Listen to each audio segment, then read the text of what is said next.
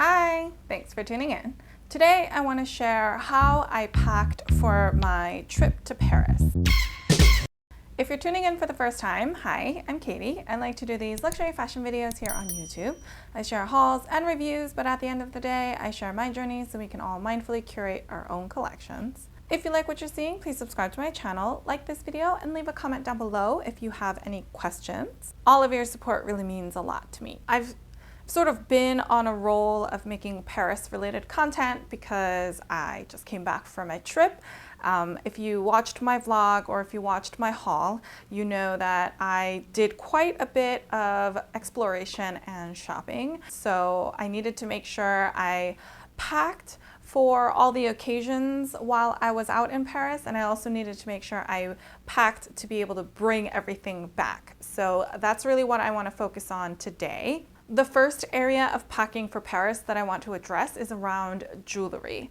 So this portion of the video is in partnership with Ana Luisa. A lot of you know that I have been an Ana Luisa partner for quite some time now. I would say at least a year, not more. The Ana Luisa jewelry is actually perfect for traveling because of all of the kind of scary stories I was hearing about things happening in Paris, people saying you have to be really mindful about the things you're carrying and all of that kind of stuff.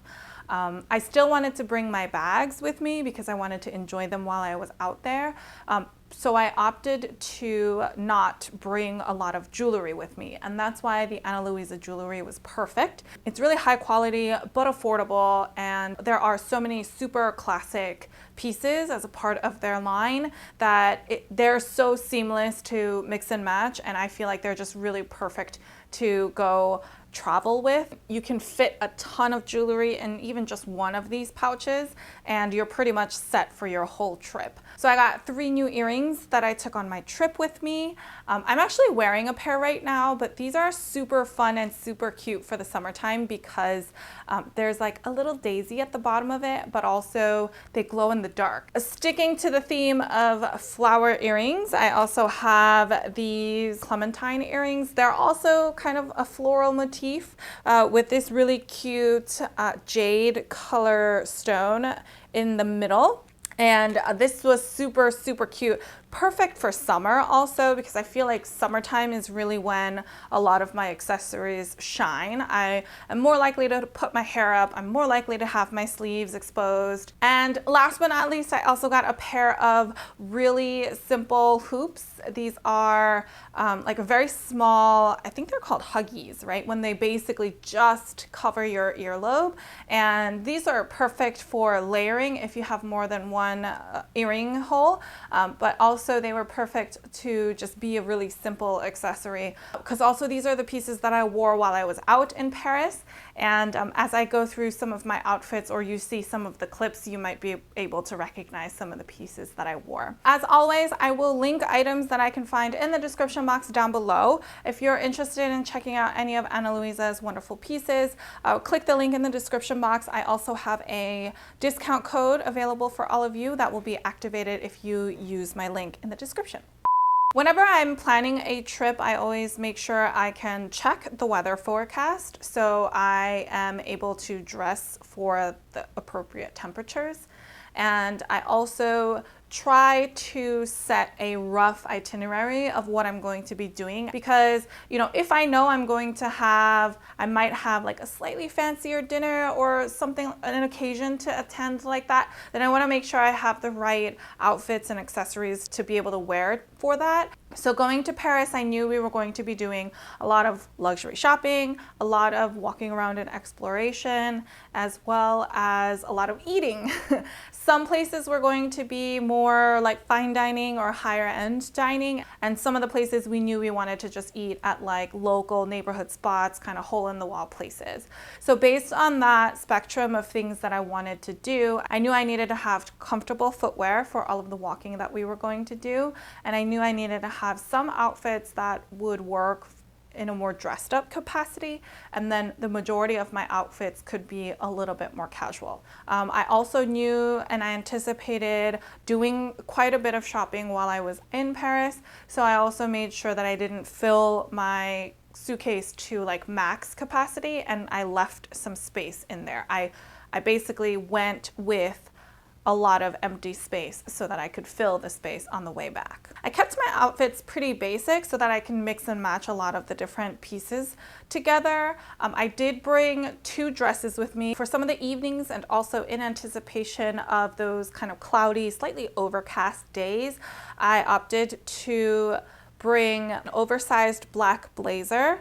That was also so that I could dress up an outfit if I needed to for the evening time, and also to add a layer of warmth if it was a little cold outside. I also brought a denim jacket with me, which I ended up not wearing a lot, but I wanted to have another option, a more casual option for a kind of jacket or outerwear piece. And then I also brought a long black cardigan. It's like almost a floor-length black cardigan that I brought in my carry-on so that I had an extra layer in case I got cold on the plane. And also, admittedly, because I like to photograph a lot of my outfits, I will say I find myself actually packing a lot more than I used to, and that's specifically because I want to take advantage of whatever location I'm in to be able to take some outfit photos. So I do pack a little bit more than I think I ever need to, and I do end up changing my outfits at least like once a day most of the time,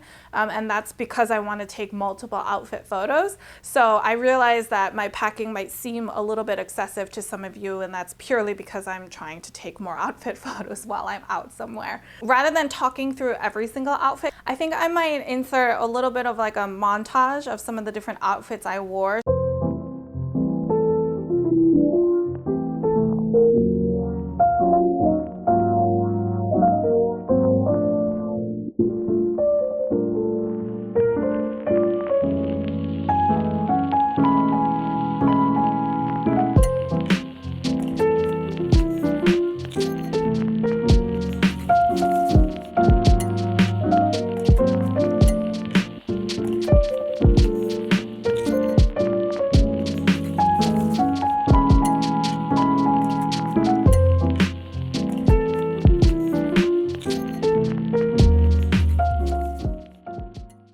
In terms of handbags, you would have seen that I brought, of course, my Kelly 25 as one of my main handbags. I also brought a Chanel flap. It is the Burgundy Rocks in a beautiful darker blue color, and I brought that to be an alternative to carrying my Kelly. And then in case I needed something that was like super low-key and a crossbody item, I brought my Gucci Marmont Super Mini because it's so small and it doesn't take up a lot of space. When I'm traveling, I usually like to bring that with me. I feel like it's always helpful to have a good like low-key bag. I also brought my Longchamp Le Pliage tote. I have one from ages ago that I still continue to use, and I brought that with me, an extra bag in case we like bought something or I needed to bring some extra shoes with me or something like that. So we ended up using it for like carrying our umbrellas. Also, we carried some water around with us, and so I used it for that. And then sometimes I also put like my Chanel bag inside the Longchamp bag and closed it up to carry it so that it just was a little bit out of the way. I never particularly felt very self-conscious of my bag or like needing to protect it or anything like that. On the days that it was supposed to rain, it was just really annoying to have 2 bags. So I consolidated my bag so it was easier to carry. So that's how I packed for Paris, like from New York to Paris.